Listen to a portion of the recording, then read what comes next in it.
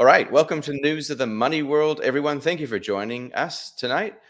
I'm Darcy Ungaro. This is Rupert Carlyon. How are you, Rupert? I'm very good. How are you? It's been Good. a mammoth couple of days for us, but it's good to be talking to you and having much more informative conversations than I generally have with my other media friends. And with your kids. So there's a little bit of a news item that I'd love to cover from the worldwide perspective first, and then I want to come back to what's happening in New Zealand because you've directly been in the media spotlight recently, just around a new petition that I really want to give a lot of air to because I think it's quite a cool idea. So, firstly, with inflation, I think you and I have been talking about inflation for at least 18 months, probably on and off when we've been doing various recordings. We've been talking about this, anticipating what it would look like, when it would be here, how bad it would be. Now the question is, well, how long will it persist for? How bad will it be? What will we have to endure to get there? And one of the key pieces of the puzzle, which is so different this time around, is the unemployment data. So this is why it's going to be different. And this is why maybe we as investors need to adjust our expectations around how long we have to put up with inflation for, right? Yeah, look, I find it fascinating what's happening at the moment, right? Because, and look, I'm not a economic historian, but I kind of not sure of any other time when there has been such a massive labour shortage all over the world.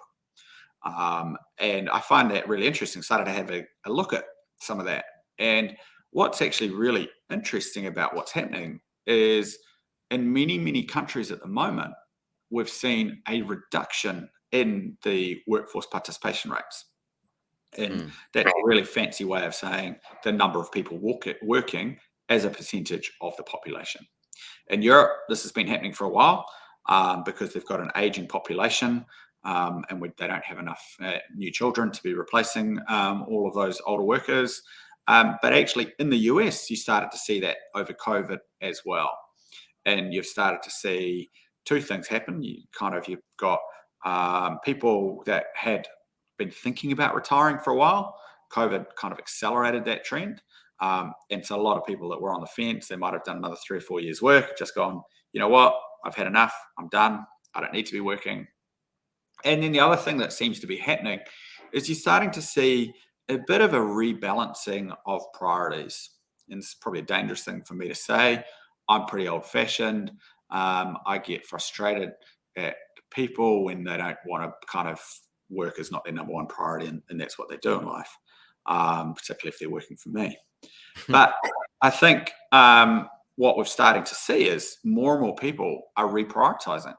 You've seen part of that reduction in workforce participation is actually women spending less time, less working hours than they have previously, because people spent 18 months at home, 12, 18 months at home, spent times with their families, spent time doing other things outside of work. And they've realized, oh shit, life's actually a bit better outside when I kind of reprioritize.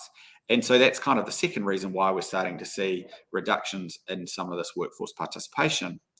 And the question in my mind is this the start of a trend? Or is this kind of a temporary blip?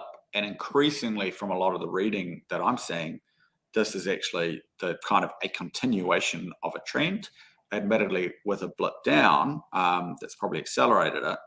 But it's also made me kind of start to think and go, well, okay, what does this mean? And actually, what's been the drivers of growth for the last 30 years? So it's a fascinating topic, this whole number of workers available and what actually it might mean for the future.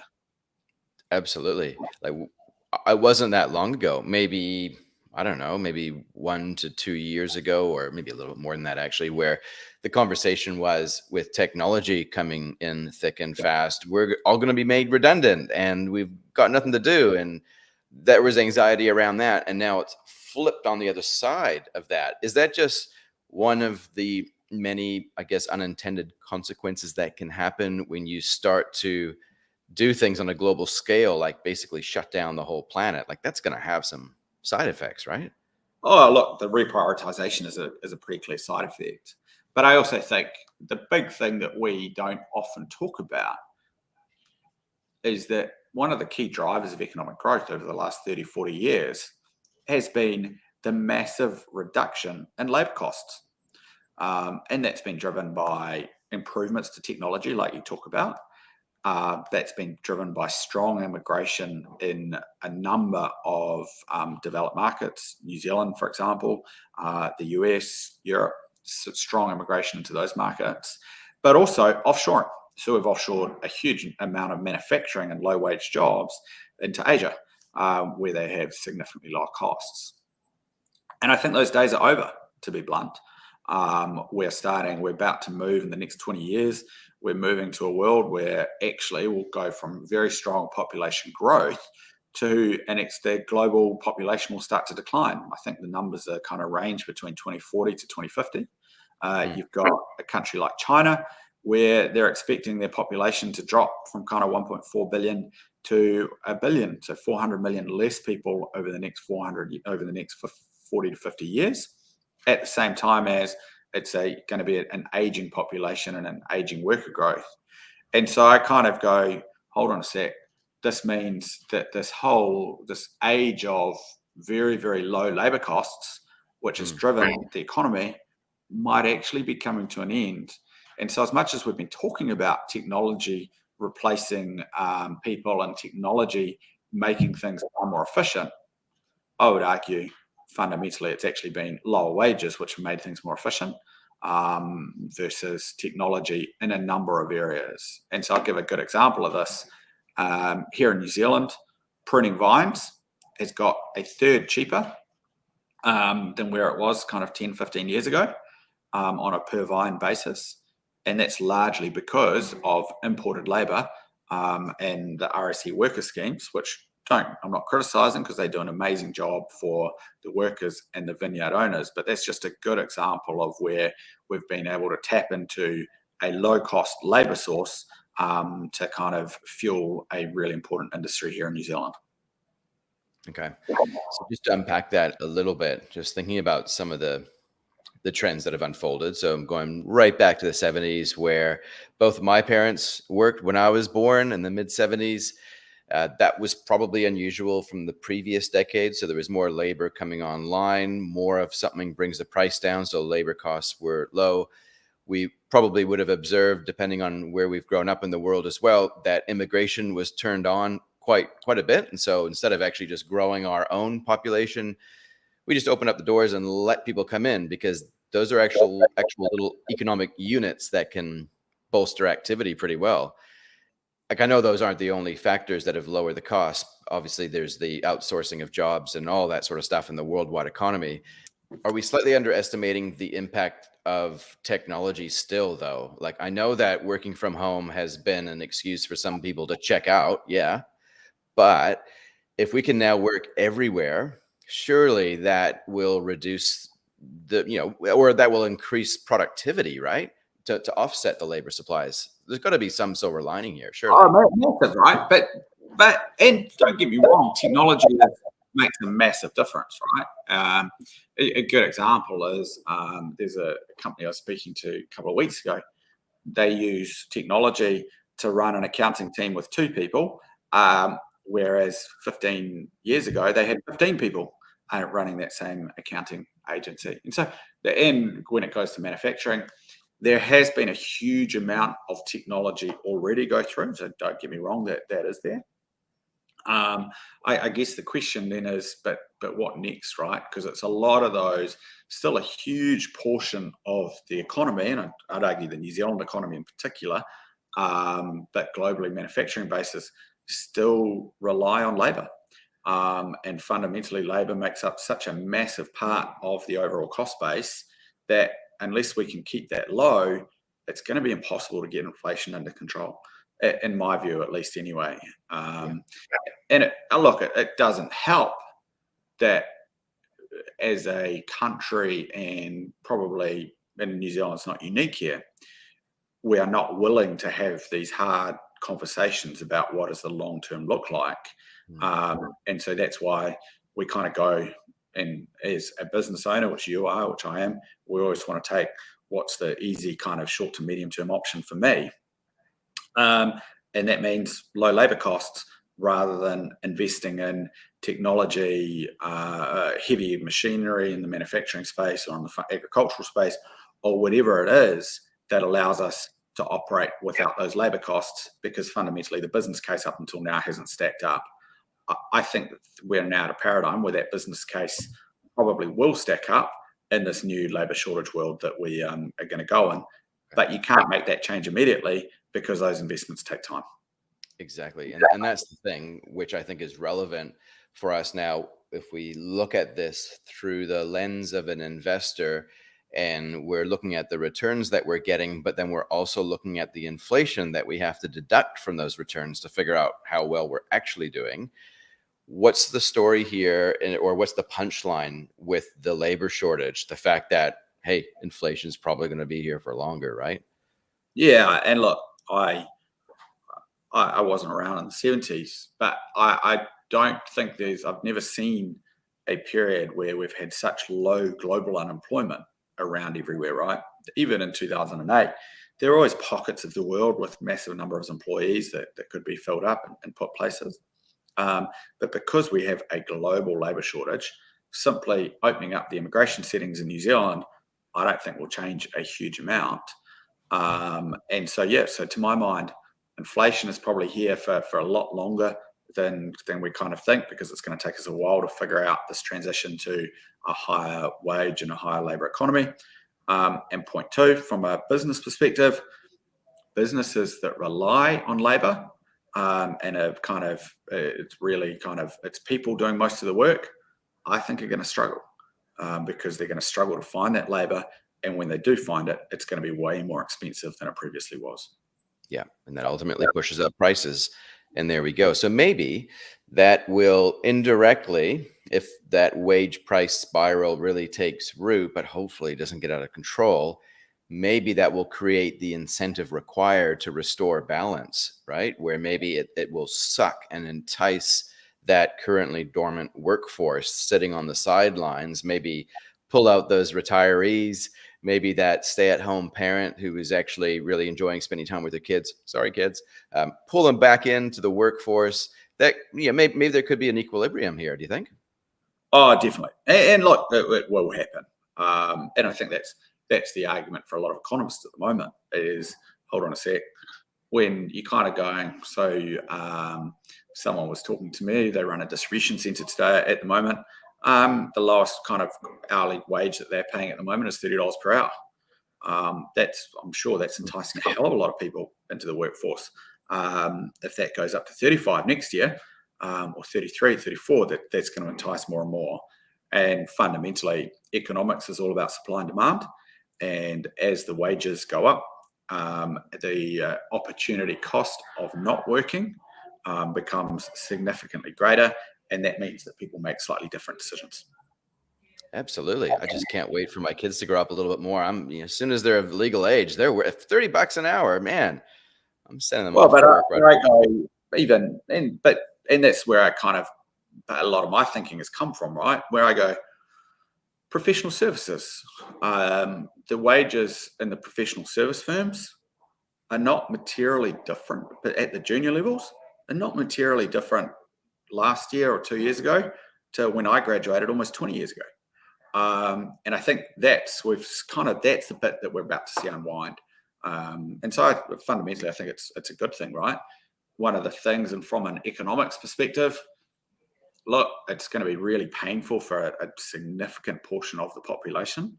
But at the end of the day, we did talk about this on one of the very first News of the Money World episodes when we talked about how do the governments afford all of the stimulus and all of this debt they've taken on. They inflate their way out of it. How do we get house prices to come back into whack and back into normality? We inflate our wages back into those house prices. And so this is kind of where I see us going, is actually, on one hand, inflation is very, very painful for a significant portion of the population, but potentially it also rights a whole lot of these imbalances that have grown into our economy over not just the last 2 or 3 years post-COVID, but probably over the last 15 years. Yeah, agreed. It'll be interesting time to see things balance out again in a lot of other realms, because when you adjust one variable, inevitably other things have to come into being, right? Yeah. Okay. No, that's cool. Well, in the spirit of talking about things in balance, there is an amazing new initiative that you've launched recently. I'll pull it up on the screen here for those that are watching. Tell me what we're looking at here, Rupert. What's going on here? KiwiSaver is kind of, it's a really important product, and I hope every single kind of person listening has a KiwiSaver plan. One of the big things though is KiwiSaver is unequal. At the moment, women on average have 20% lower KiwiSaver balance than men, and a significantly larger portion of women have KiwiSaver balances under $10,000. One of the big issues, some of the drivers around that are there's the gender pay gap, but also there are a lot of people a lot of women in particular, taking time off to have children, and taking time off or reduce working hours so that they can look after their families and their children. For me, I find it really kind of interesting, right? I'm one of those people. I'm extremely lucky to have a wife that spends time at home looking after our 3 children, meaning that we have a house and a home that kind of isn't absolutely chaotic, which it would be if I had to kind of deal with it. But she is the one that pays the financial price for that. And so what we're doing today is we're launching a request to the government such that I can now share my KiwiSaver contributions with my wife. This enables her to have her own financial freedom.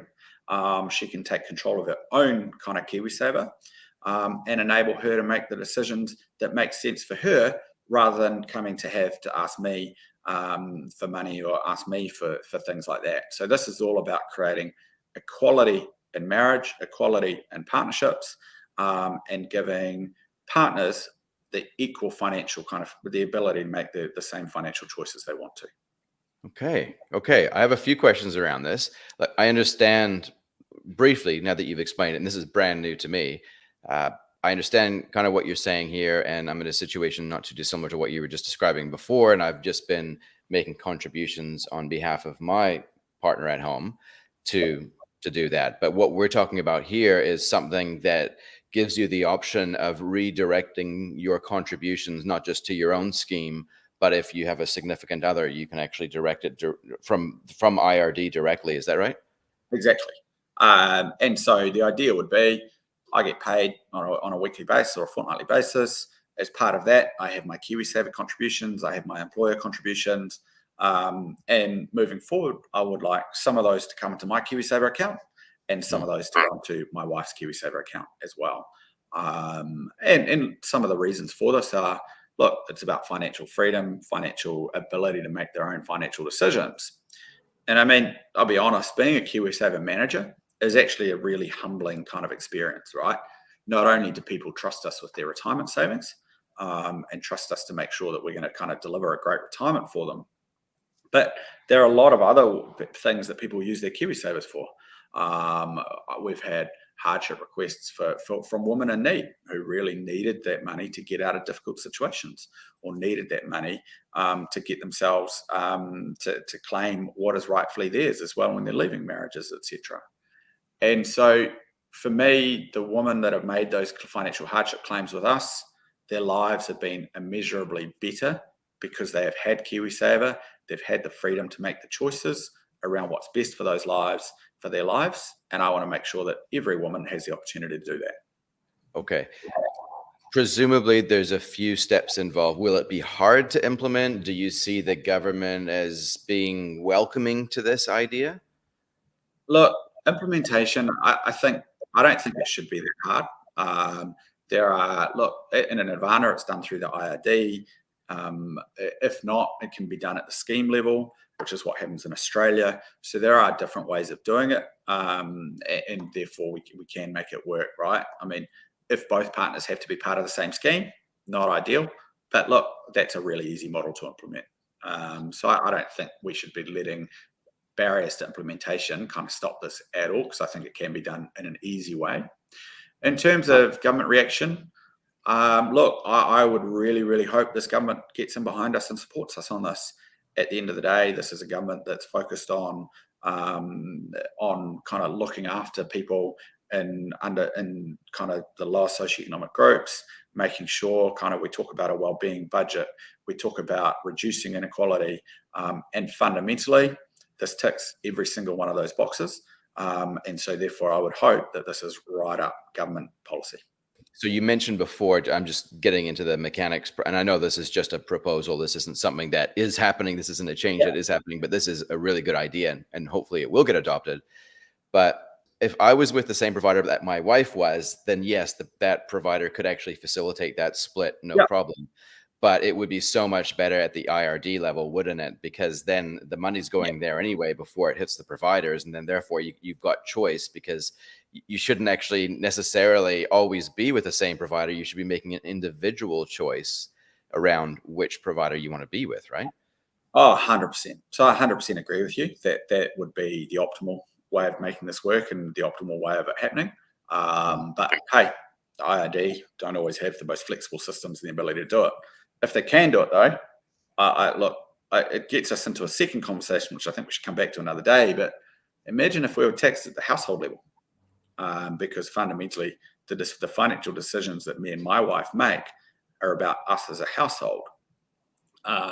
And so therefore, why are we taxed individually when the decisions are made to kind of support us jointly? That's a great idea. I love that idea. Yeah. But that's a whole nother layer of conversations, which let's fight this one first. Let's win this one. And then let's start talking about tax at a household level. Cool. So when are you going to be running for parliament? Like, when are you going to be a member of the ACT Party here, Rupert? I think you've completely misunderstood me, Darcy, if you think I'd be running for ACT. All right. Well, this conversation is going to be over soon here. I'm going for Brian Tamaki. Oh, of course you are. Of course you are. I knew you would be. Yeah. But fundamentally, right, I think it's a bit sad, right, at the moment, politics in New Zealand. I think I look at some of the things that have happened recently, and I just can never see me putting my hand up to do it. I'm passionate about New Zealand. I've got some great things that I would love to see us being able and willing to have long-term conversations here in New Zealand. And there's some amazing things and initiatives that we see from both sides of the aisle. But unfortunately, at the moment, politics is a really hard game, and there's no way I'm anywhere near brave for it. And I think, to be honest, you and I doing what we're doing right now probably has more of an influence than joining a system like that, right? Yeah. So, but you mentioned Australia. Going back to this petition, you mentioned Australia before. Is a scheme like what you're describing here, is this actually operational in any other jurisdictions, specifically Australia? Yeah, so Australia, they do have contribution sharing. So there it's done at the provider level. And so in Australia, you can actually elect to share your contributions with your partner. So you say 30% of the contributions come to me, or 60% will come to me, and 40% go to my wife, because my wife works. So therefore, that kind of brings us back to even. So it already exists. I guess just yet another example of how much further along Australia is in their superannuation kind of journey than we are here. But let's catch up, and let's figure out how we can make KiwiSaver more equal for everyone. Yeah, that's right. And it's not unusual to have these recommendations or these suggestions. And a lot of times, they're going to be ignored, but sometimes they do get adopted. David Boyle was on the podcast like 2 years ago, at least, talking about a sidecar savings account concept, so that during difficult times, like that was going into the pandemic specifically, there was the example, you could actually access that little separate bit, not the full amount, which is locked in for your first home or for retirement, but you had a separate sidecar savings account, which is pretty cool. It gets invested in the same way. But tying a bow in this sort of conversation a little bit, though, with KiwiSaver, I'm just thinking from a matrimonial property point of view, isn't KiwiSaver kind of all taken care of there anyway? Like, do we really need this? What are the other benefits? Oh, look, so clearly KiwiSaver is matrimonial property. One of the permitted withdrawals is to kind of contribute into a partner's KiwiSaver scheme in the event of divorce or breakup. However, I think what we don't recognize is actually how much happens before the official divorce proceedings are there, right?